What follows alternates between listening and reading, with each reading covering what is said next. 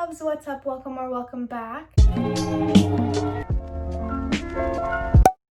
Today's video is going to be how I edit my YouTube videos on iMovie. If you're new, make sure you subscribe and let's get into the video.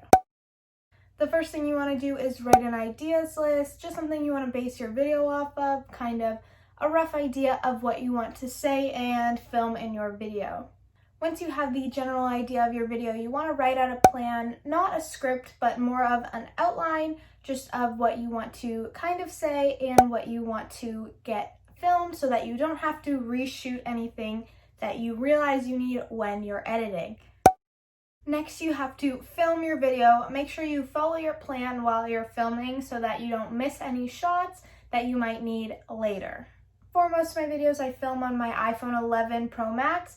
And for some videos, I film on this camera, which is my Nikon D5100 DSLR camera. Once you finish filming, the next step is to edit your video. So first, you have to open iMovie, select Create New, and then choose Movie. And then you drag your raw footage from your desktop into iMovie in the order that you want the clips. The first thing I do when editing is I cut down my raw footage into all of the clips that I want in my video. To cut clips, scroll over the start of the clip that you want to cut out, click with 2 fingers and select Split Clip. Or you can click Command B on your keyboard. Do the same at the end of where you want to cut and highlight the clip by clicking on it and hit delete. To adjust the speed of your clip, click with 2 fingers again and select Show Speed Editor. Then you can click and drag this bar to speed up or slow down your clips. Or select the clip you want to edit so it outlines yellow and select the icon that looks like a timer. From here, select the drop-down bar and choose the type of speed change and by how much you want to increase or decrease it. The website I use to do all of my text and transitions is PicMonkey. It is free and also has a pro version. To add a transition clip, all you have to do is select Create New and Blank Canvas. Scroll down to the YouTube thumbnail size. First, pick the background color. You can select a standard color or use the color wheel to find whichever color you want to use. To add text, select text and then add text in the top left. Type what you want your transition screen to say, and then you can change the font, size, and effect of your text. If you want to add an effect to the background color, select Textures and then pick whichever effect you want and click Apply. Using one of these effects will really make your video stand out instead of just using regular solid colors. Once you're done creating your transition screen, you can select the drop-down box that says Download and download it as a PNG. Or if you don't have the pro version, you can just take a screenshot, then click and drag the transition clip wherever you want it on the timeline of the video. Next, I'm going to teach you how to add text over video clips like this one. To do this on PicMonkey, you will need the paid version. Instead of choosing background color, select the color wheel icon and choose transparent. Then type what you want your transition screen to say. Then you can change the font, size, and effect of your text. If you want to make the text pop out over your video clip, you can outline it with a bold color or put a background graphic behind only the words. To add a graphic, select the graphics on the left of the screen and choose Design. Scroll and find the graphic you want to be the background of your text and click it. To make it go behind the text, select the 3 dots of the layer you want to move backward and select Move Layer Backward. To export this text, select the Download drop-down box and download it as a PNG. Click and drag it over top of the clip. To change where the text is, double-click it and then choose this icon that looks like a square. Make sure it's set to fit because it should automatically be set to Ken Burns. Then choose this icon that looks like 2 overlapping squares and select Picture in Picture. Then you can change the size and position of the text however you want.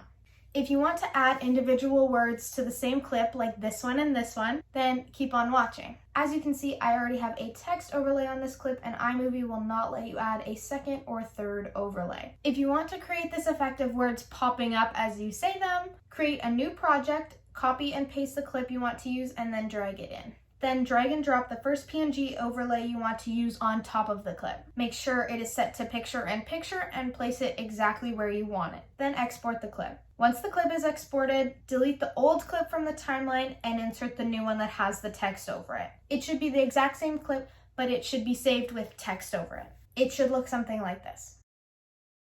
Then repeat these steps, adjusting your overlays and exporting it as many times as you want. Make sure if you want all the words to appear until the end of the clip, you extend the overlay to match the length of the clip.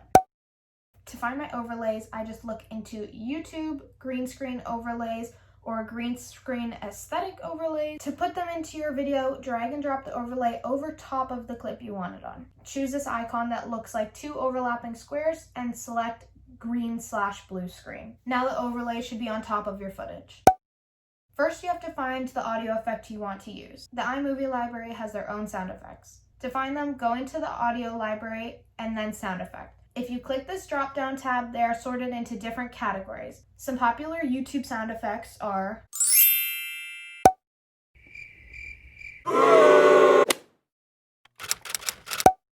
First, you have to find the music you want to add into your video. The iMovie audio library has a small selection of songs that you can use, or the YouTube audio library has some non-copyright songs.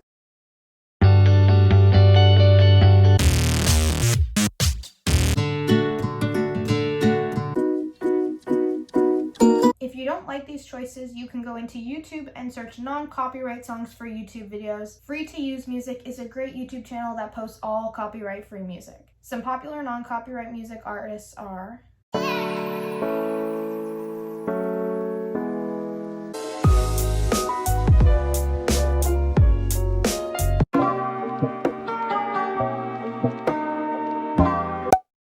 Put your text where you want it, save the picture as a PNG, move the text and save the picture as a PNG again, places you want to move the text. Then drag and drop the transition screens into iMovie timeline in the order you want them. Then shorten the clips to the speed you want them to jump around the screen.